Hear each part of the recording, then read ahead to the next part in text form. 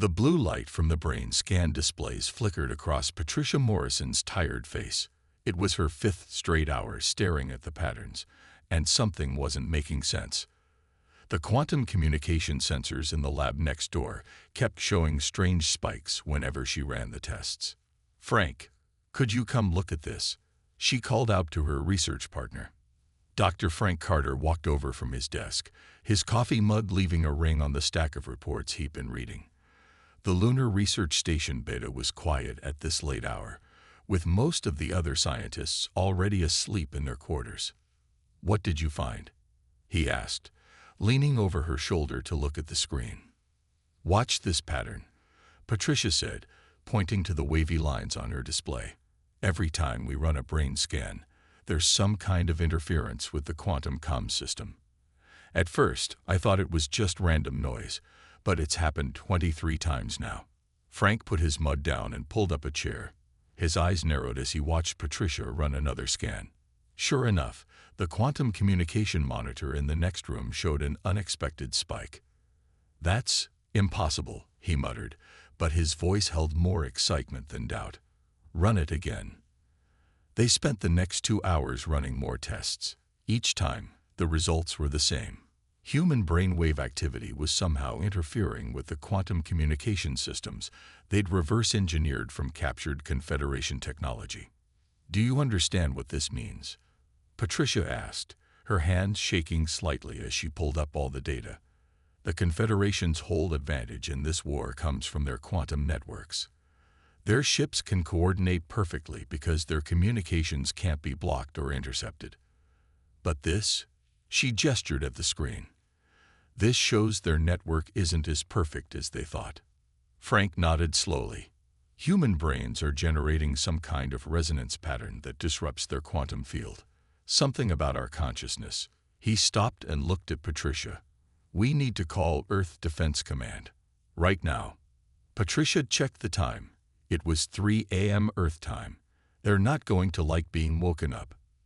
"They'll like it a lot better than finding out we waited," Frank said, already entering the secure communication codes. 10 minutes later, they were looking at the tired face of General Richard Baker on their main screen. His gray hair was messy, and he was still putting on his uniform jacket. "This better be important, doctors," he said gruffly. Patricia took a deep breath. "Sir, we've discovered something that could change the course of the war." Over the next 20 minutes, they explained their findings. The general's expression changed from annoyed to interested to absolutely focused. By the end, he was leaning so close to his camera that they could see the stubble on his chin. "You're telling me," he said slowly, "that something about human brains can disrupt their communication networks?" "Yes, sir," Frank answered. "We don't fully understand the mechanism yet, but the effect is real. We've confirmed it multiple times." "How long to develop this into something useful?" Patricia and Frank looked at each other. "With proper funding and support, maybe 3 months to create a basic prototype," Patricia said. "But sir, there's something else. The effect seems stronger when multiple people are involved. If we could somehow synchronize multiple human minds." The general held up his hand. "Stop. Don't say anything else over this channel." He typed something on his computer. "I'm sending you new security protocols. As of right now, this is classified at the highest level. Code name Project Harmony. I'm dispatching the special security team to your station. They'll arrive in 6 hours." After the general signed off, Patricia and Frank sat in silence for a moment, letting the magnitude of their discovery sink in. For 3 years, the Confederation had been pushing humanity back, system by system, their superior technology overwhelming Earth's defenses. Their quantum communication networks let them coordinate massive fleets with perfect precision, while human ships had to rely on standard radio and light-speed signals. But now, they had found a weakness. Something uniquely human could disrupt the aliens' greatest advantage. The next few days passed in a blur of activity. The security team arrived, led by a stern woman named Captain Lisa Howard. She immediately began upgrading the station's defenses and installing new security measures around the lab. More scientists and military personnel arrived daily. The small research station that had once housed only 20 people now held over 50. New equipment was rushed in from Earth, and the entire East Wing was converted into a dedicated testing facility. Patricia and Frank barely slept, working around the clock to understand the phenomenon they discovered. They found that different mental states produced different levels of interference. Strong emotions, particularly focused concentration, seemed to strengthen the effect. 1 week after their discovery, they had their first major breakthrough. During a test involving 5 volunteers focusing on the same image, the quantum disruption effect grew exponentially. The reading was so strong it temporarily knocked out all quantum communications within a kilometer of the station. "The Confederation won't know what hit them," Frank said as they reviewed the data. Patricia nodded, but she felt a hint of worry. "We need to be careful. The aliens aren't stupid. Once they realize what's happening, they'll try to stop us. And we're sitting here on the moon, in plain sight." As if her words were prophetic, the station's alert system began blaring. Red lights flashed in the corridors, and Captain Howard's voice came over the speakers. "All personnel to secure positions. We have detected multiple unidentified objects approaching from the dark side of the moon. This is not a drill. Repeat, this is not a drill." Patricia quickly began backing up their research data while Frank secured their equipment. Through the lab's small window, they could see Earth hanging in the black sky, beautiful and vulnerable. Somewhere up there, humanity's enemies were coming. But this time, humans had something new. Something the aliens hadn't counted on. Their own consciousness was about to become a weapon in this war. As Patricia finished the data backup, she looked at the brain scan displays one last time. The wavy patterns reminded her of music notes, a symphony of human thoughts that could shake the foundations of alien technology. She smiled slightly, remembering an old quote. "In the end, the human spirit will prevail." The Confederation was about to learn just how true those words were. Chief Engineer Kevin Phillips stared at the new equipment filling the engineering bay of Lunar Research Station Beta. 3 weeks had passed since the alien ships had appeared and then mysteriously turned away.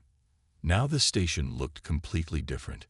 "Try adjusting the frequency again," he called out to Amy Watson, who sat at the new communication console.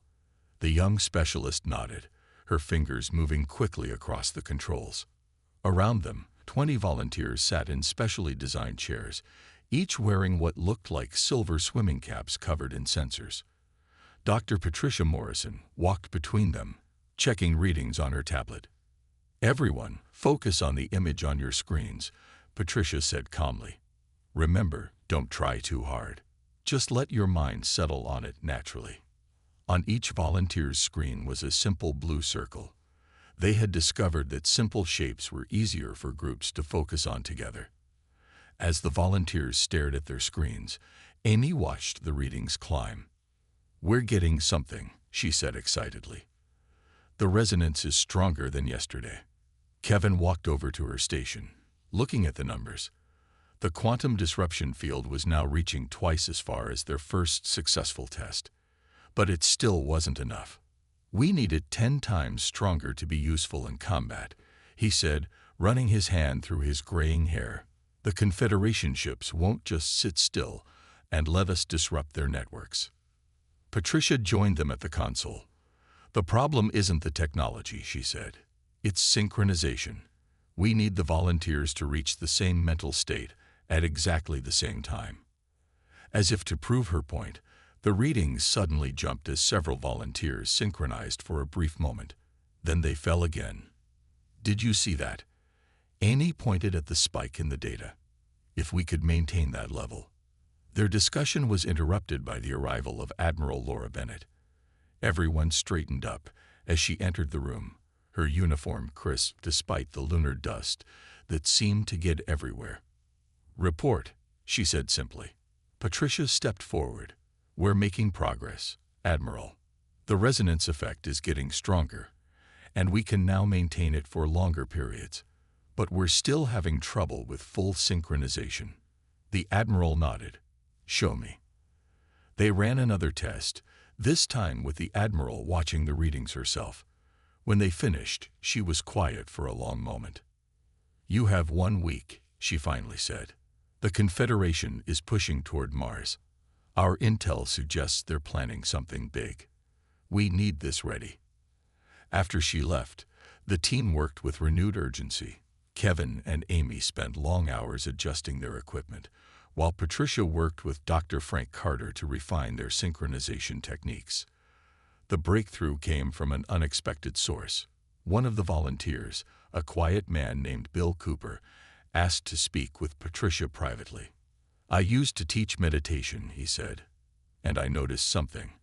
When we all focus on breathing together first, before looking at the shapes, the effects seem stronger." Patricia's eyes widened.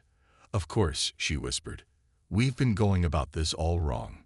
"Amy," she called out, "get everyone back in their chairs. We're trying something new." This time, before showing the shapes, Patricia led the volunteers through a simple breathing exercise. "Breathe in for 4 counts," she said softly. "Hold for 4, out for 4, everyone together." The reading started to climb immediately. "Look at this," Amy said in amazement. "They're synchronizing naturally." When they finally showed the blue circle, the effect was immediate. The quantum disruption field expanded to cover the entire station.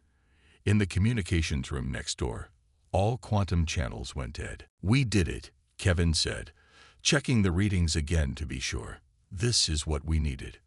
Admiral Bennett was impressed when they showed her the new results the next day.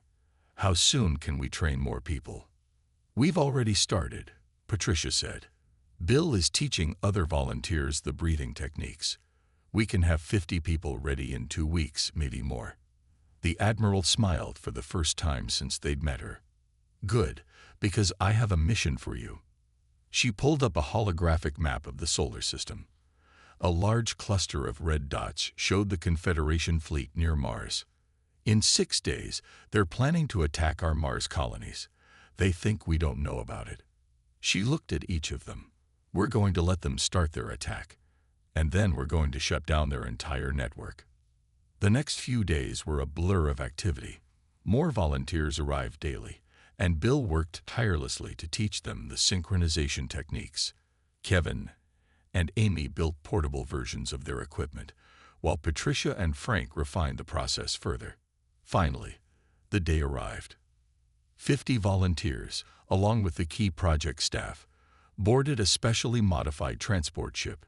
As they approached Mars, hidden among debris from previous battles, Patricia looked out at the red planet.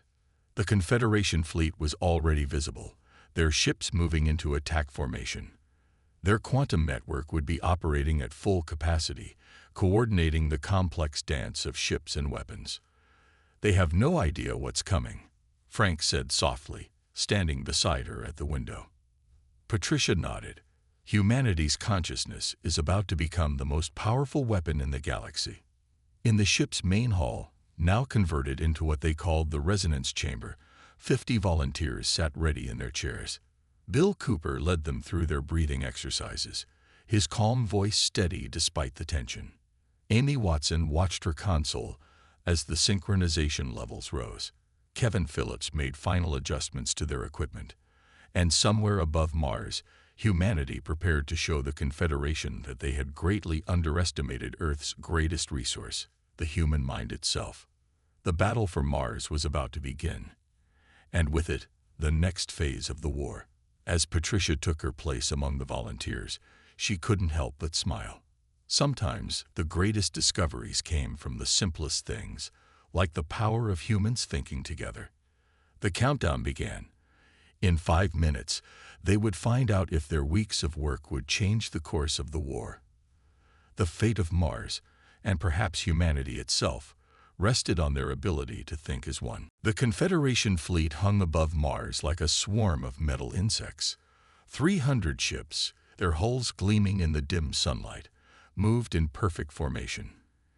Inside the hidden human transport ship, Amy Watson watched them on her screen. 1 minute until they're in position, she said quietly. In the resonance chamber, 50 volunteers sat perfectly still, their breathing synchronized after weeks of practice. Bill Cooper's calm voice guided them through their final preparation. "Empty your minds," he said softly. "Feel the rhythm of your breath. We are all one." Patricia Morrison sat among them, her own sensor cap feeding data to Kevin Phillips's equipment. Dr. Frank Carter stood by the main controls, ready to amplify their combined resonance.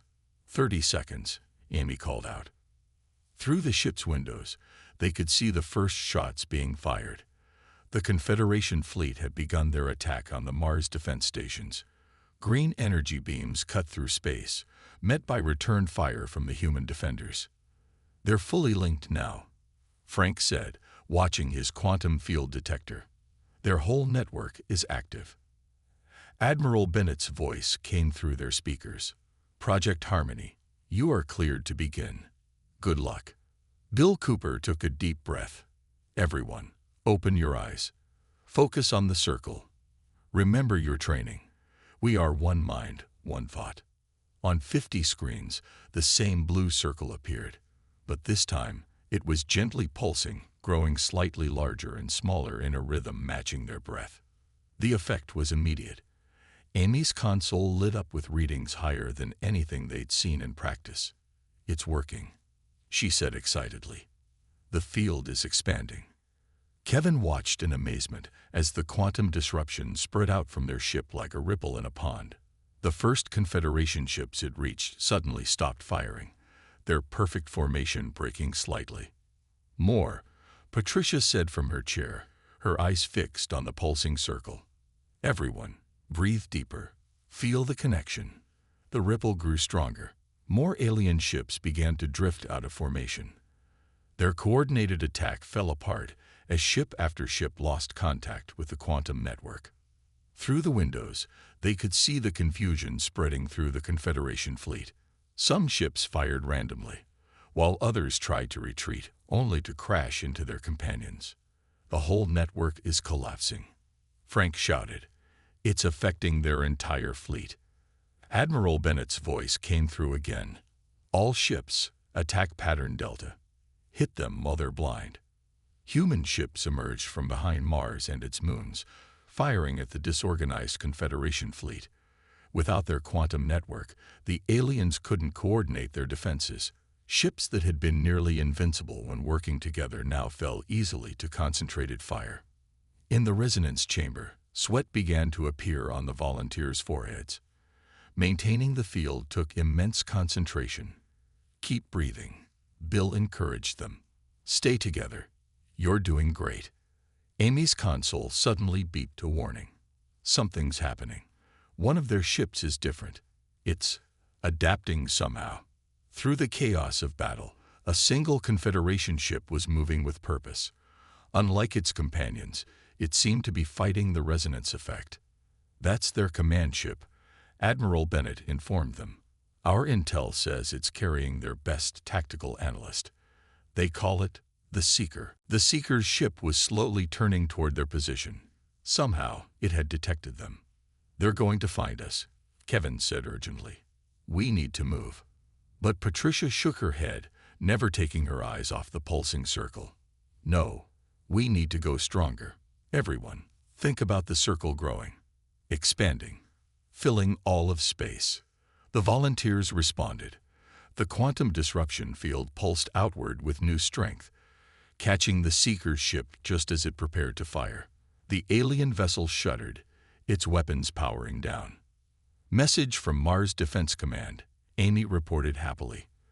"The Confederation fleet is retreating. They're running." The chamber erupted in cheers, but Bill quickly calmed them. "Stay focused. We need to maintain the field until they're gone." It took another 30 minutes for the Confederation fleet to fully retreat. When the last ship disappeared into deep space, Admiral Bennett gave them permission to power down. The volunteers slumped in their chairs, exhausted but proud. Patricia pulled off her sensor cap, her hands shaking slightly. "We did it," she said, looking at Frank. "It actually worked." Kevin was already reviewing the data. The effect was stronger than anything we saw in testing. When they truly worked as one. He shook his head in amazement. But Amy looked worried. That ship, the Seeker, it almost broke through. They'll learn from this. Admiral Bennett called a meeting in the ship's briefing room once everyone had rested. The screens showed the aftermath of the battle. Destroyed Confederation ships drifting in space, while human vessels helped damage Mars defense stations. "You've given us our first major victory," the Admiral said. "But our work isn't done. The Confederation will be back, and next time they'll be ready for us." Patricia stood up. "Then we need to be stronger." This was 50 people working together. Imagine what we could do with hundreds or thousands. "Can you train that many?" the Admiral asked. Bill Cooper nodded. "Now that we know it works, we can refine the training. Make it faster, more efficient." "Good," Admiral Bennett said, "because I'm about to show you something." She pressed a button, and a new image appeared on the screens.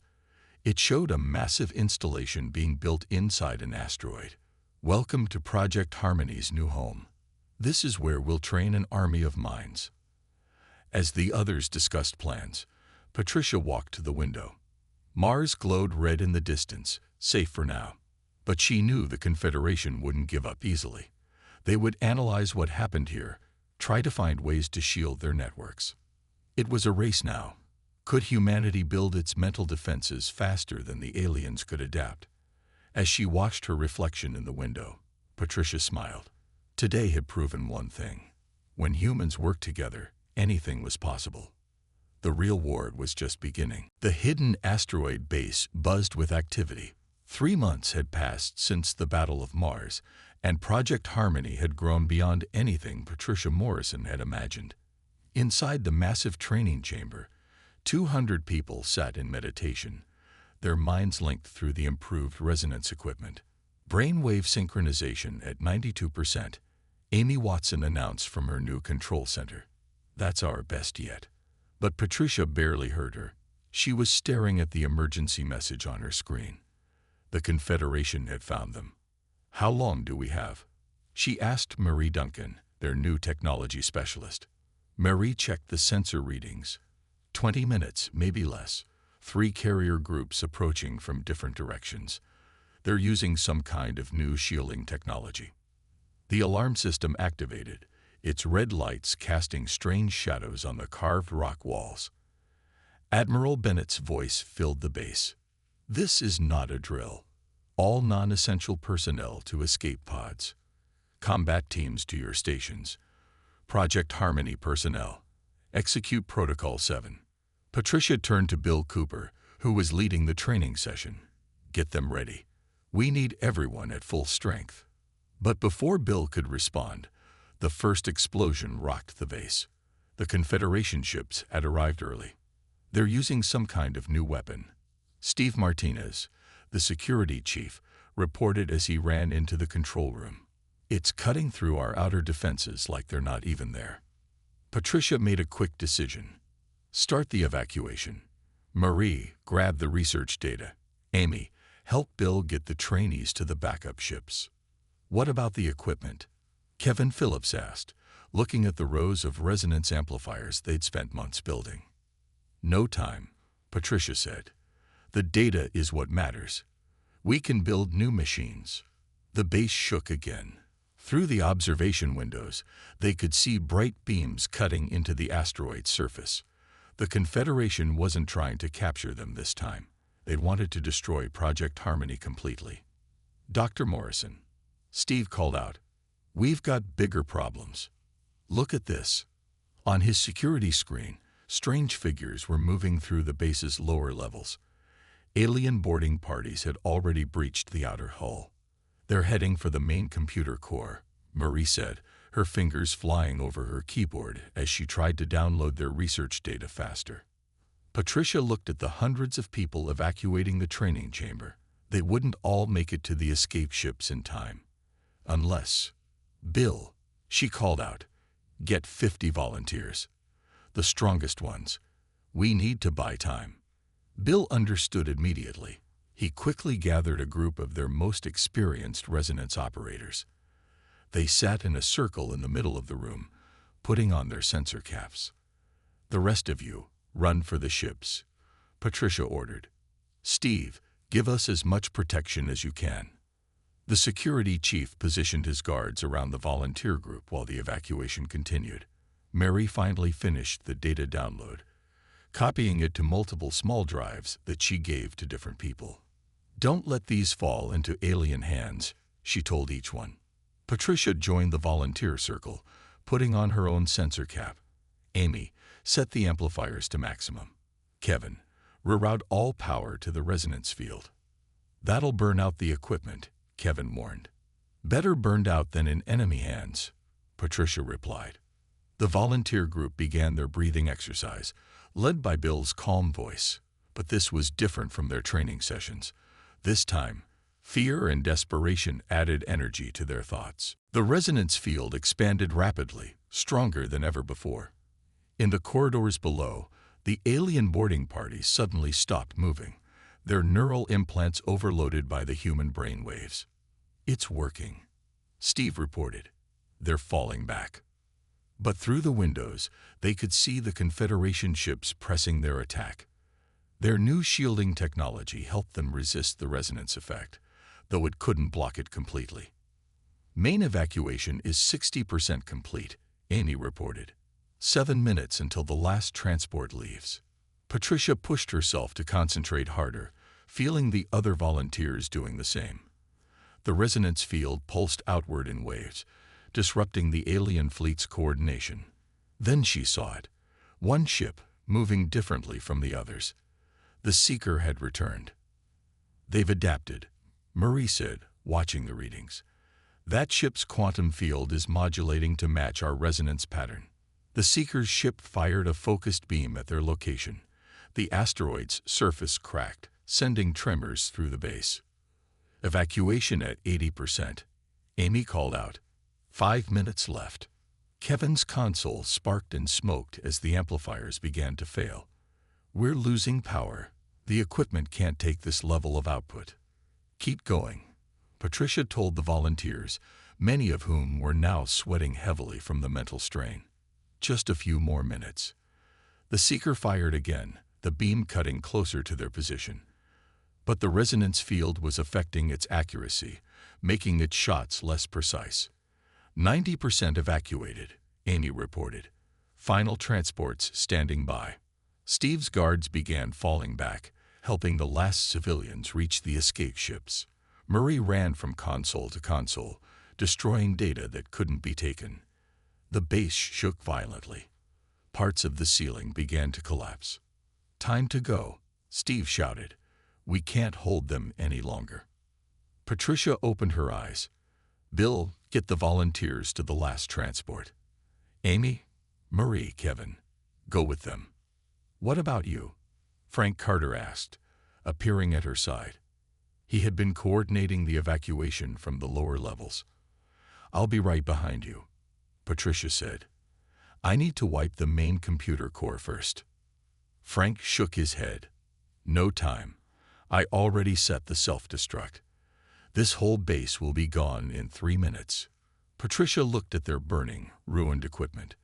3 months of work, destroyed in an hour. But the important things, their people and their data, were safe. They ran for the final transport ship, the base collapsing around them. As they strapped in and the ship launched, Patricia looked back through the viewport.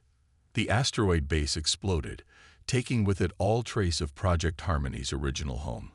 But as their ship joined the others fleeing into space, she knew this wasn't the end. "They think they've won," she said quietly. "But they don't understand. We don't need a base. We don't even need the equipment, not really. The power was never in the machines." Frank nodded. "It was in us all along, in our minds." As their refugee fleet disappeared into the darkness of space, Patricia began planning. The Confederation had escalated the war, but humanity would answer. And this time, they would bring not hundreds of minds together, but thousands. The real question was who would adapt faster, the aliens with their technology or humans with their consciousness. The answer would determine the fate of both species. Hidden in the rings of Saturn, A fleet of human ships waited. 1 month had passed since the destruction of the asteroid base, and humanity had been busy. Each ship now carried specially trained resonance teams, their minds ready and synchronized. Patricia Morrison stood on the bridge of the command ship, looking at the screens showing thousands of volunteers across the fleet. They had trained in secret, scattered across different bases throughout the solar system. "Status report," Admiral Bennett called out. Amy Watson spoke from her new console. "All teams report ready.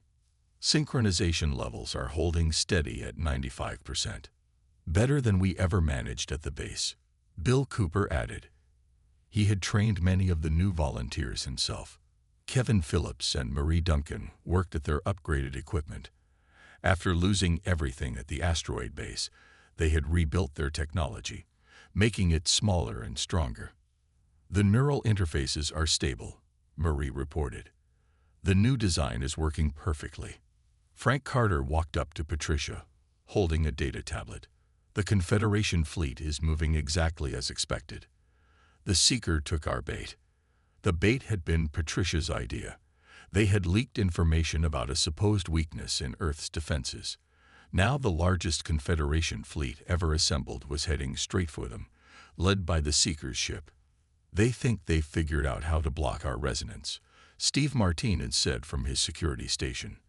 "Their new shielding technology is impressive." Patricia smiled. "They don't understand. Every time they adapt, they have to make their quantum network more complex, more delicate." 5 minutes until they enter the target zone," Amy announced. Admiral Bennett turned to Patricia. "Are you sure about this? We're risking everything on one attack." "We're ready," Patricia said firmly. "Every human ship in the solar system is here. Every trained volunteer. We'll never get another chance like this." The Admiral nodded and opened a channel to the fleet. "All ships, battle stations, Project Harmony teams, prepare for synchronized activation." The Confederation fleet appeared at the edge of their sensors. Thousands of ships, their hulls gleaming with new shielding technology. At their center was the Seeker's command ship, now 3 times larger than before. "They're powering up weapons," Steve reported. "Wait for it," Patricia said calmly. "Let them fully deploy." The alien fleet spread out in their perfect formation, their quantum network humming with complex communications. They had learned from their previous defeats, adding layers of protection to their systems. "Now," Patricia ordered. Across the human fleet, thousands of volunteers began their synchronized breathing. Bill Cooper's voice carried to all of them. "Remember your training. Feel the connection. We are one mind, one thought, one purpose." The resonance effect started slowly. The Confederation ships didn't even notice at first, their new shielding absorbing the initial waves. "Increase power," Patricia commanded. "Everyone, push harder." Marie's new neural interfaces glowed as they channeled the combined mental energy of thousands of human minds. Kevin's improved amplifiers sent the resonance waves out in perfectly timed pulses. "Their outer shields are holding," Amy reported. "Keep going," Patricia encouraged. "Think bigger. Feel every mind in the fleet connecting." The resonance grew stronger. In space, an invisible wave of human consciousness pressed against the alien defenses. The Seeker's ship fired its weapons, but the shots went wild as their targeting systems began to fail. "Their shields are cracking," Frank shouted. Patricia closed her eyes, joining her mind with the thousands of volunteers. She could almost feel the quantum network, like a delicate web stretching between the Confederation ships. And at its center, a point of vulnerability. "All teams, focus on my signal," she sent through the neural interface. "Picture the network shattering. Not just disrupted, but broken completely." Thousands of human minds focused on a single thought. The resonance wave became a tsunami of consciousness, overwhelming the alien defenses. On the Seeker's ship, the quantum network didn't just fail, it collapsed catastrophically.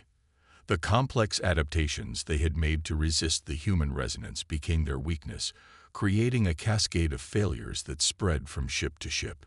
"It's working," Amy cried out. Their entire command and control structure is falling apart.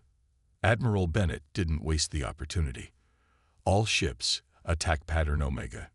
Hit them while they're blind. The human fleet moved as one. Their own coordination perfect thanks to the resonance teams. Confederation ships tried to flee, but without their network, they crashed into each other. Others fired randomly, hitting their own allies in the confusion. The Seeker's massive ship spun in space, its advanced systems turned against it. The alien commander who had hunted them for so long was now helpless, caught in the storm of human consciousness. Message from Earth Defense Command, Steve announced. The effect is spreading through the entire Confederation network. Every fleet, every base, their whole system is crashing. The battle ended quickly after that. Most of the Confederation ships surrendered once they realized they couldn't escape. The few that tried to fight were quickly disabled by the coordinated human fleet. Hours later, Patricia stood with her team as Admiral Bennett received the official surrender from the Confederation leadership. The aliens had never imagined that human minds could become such a powerful weapon. The Morrison Wave, Frank said, looking at the data showing how far the resonance had spread. That's what they're calling it now. The wave that changed the galaxy. Patricia shook her head. It wasn't just me. It was everyone. Every volunteer, every mind that joined together. We proved that humanity's greatest strength isn't our technology or our weapons. It's our ability to work together, to join our consciousness toward a single goal.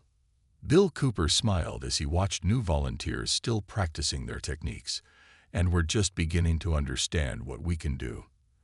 The resonance effect might have other uses, peaceful ones. The Confederation is already asking for help rebuilding their communication networks, Amy added. They want to learn from us now. Marie and Kevin were already drawing up plans for new devices that could use the resonance effect for faster-than-light communication. Steve was talking about using it for defense systems that couldn't be hacked or jammed. Admiral Bennett joined them on the observation deck. Beyond the windows, Earth shone like a blue jewel. Thanks to the Morrison Wave, it would stay free.